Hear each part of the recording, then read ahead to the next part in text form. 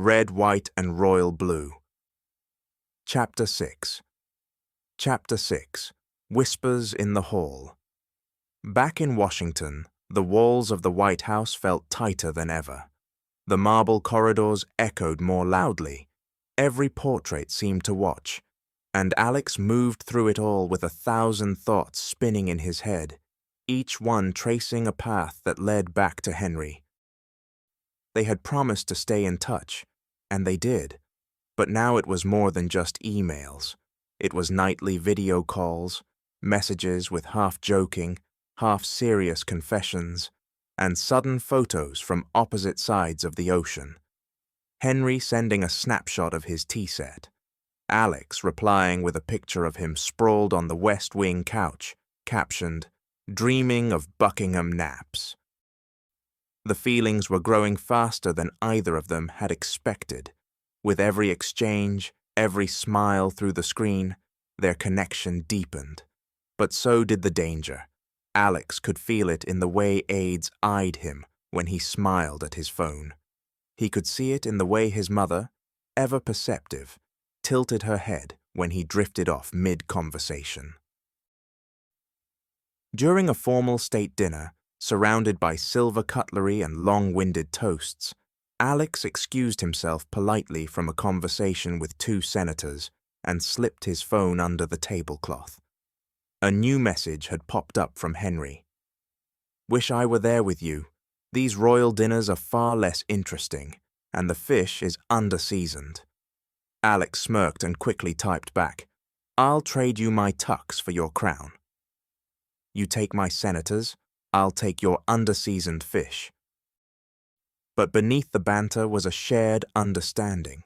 There were eyes everywhere, security, press political strategists, family, all watching, all guessing, all waiting to pounce if the truth surfaced before it was ready.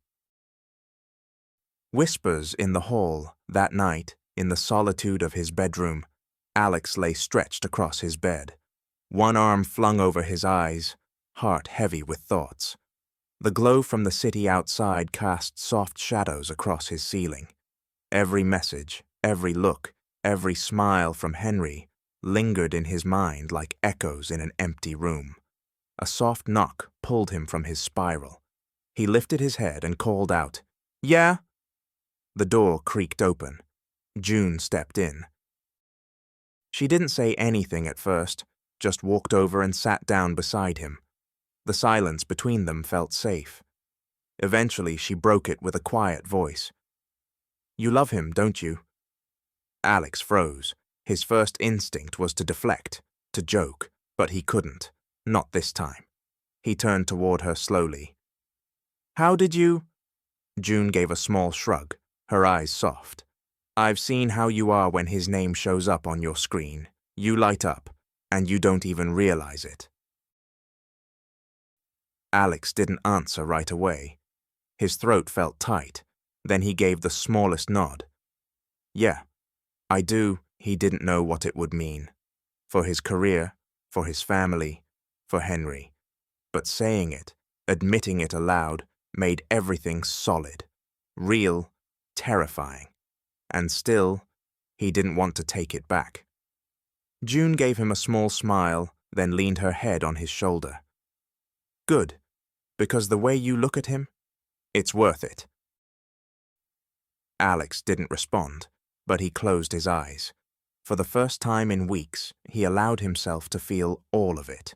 The joy, the fear, the truth.